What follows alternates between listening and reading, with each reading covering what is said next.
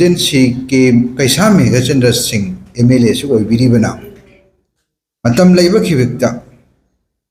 aki bama yaudana yamna kanna hojik leiriba center da amasung state da leiriba BJP ki double engine sarkar sigi mathakta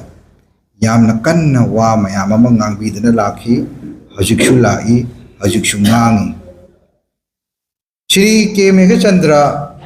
Manipur ki praja punamakki wangang loi oiba mahakna leiriba double engine sarkar asigi ngamdraba tauni hairaga taukidraba adugumba failure mayam amadubu mahakna Manipur ki praja ki damakta expose taukiba lebak praja miyamda khangan khiba aduga loina na mahakna wafam mayam ama thambi kibaga loina na ngasi Manipur asida tangdu leita draba hajik chathariba 2023 gi May gi 3rd tagi leraknaba sigumba ongoing turmoil sigi matangda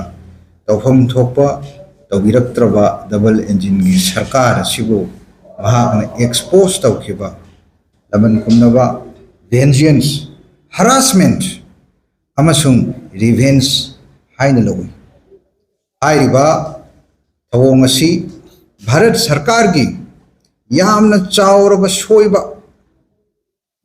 Manipur Raja sigi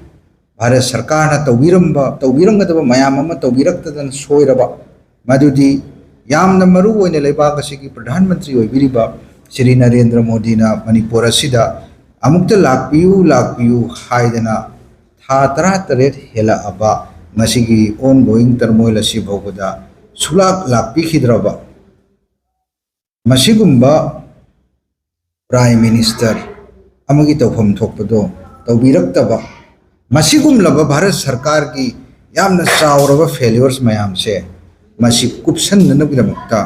masigumba ED gi saman asi harakpani haina khoini lawjai kiraba misingnadi mingona kihan khangangani masamakna kiragadi mingona kihan khangangani adu Congress party di asumna kihan khangallaga akoi tuminna laini haibasidi Manipur prajana su khange Bharat ki prajana su khange masiguma double engine sarkar masida makhoi gi tawfam thoku mayam ama torokto mayam se khoina expose tawhigani haibasi thamjage Maramaduna Manipur Pradesh Congress Committee ki taraf tagi masigumba ED ke samana se koyam kanna ninda tawguluna masigumba thong asibo koina politics of vendetta laman khumnabagi politics ne haina lokjai Angrajida hajarabda Manipur Pradesh Congress Committee strongly condemns ED summons to the PCC President Shri K. Meghachandra and calls the action as politics of vendetta. Manipur PCC President Shri Kaisa Meghachandra Singh MLA has been speaking out fearlessly and aggressively against the double engine BJP governments at the center and in the state. And he has been the voice of the people of Manipur by exposing the failure of the double engine governments in the manner in which the ongoing turmoil has destroyed Manipur since May 2023.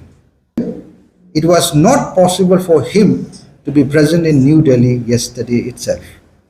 This action is nothing but the politics of vendetta, vengeance, harassment and revenge. This action is to cover up the union government's colossal failures in the state, which has been reflected in Prime Minister Mr. Narendra Modi's refusal to visit the state since it blew up 17 months back. Those who are afraid intimidate. Congress will never be silenced. Manipur Pradesh Congress Committee strongly condemns ED summons to the PCC President Shri K. Meghachandra and calls the action as politics of vendetta.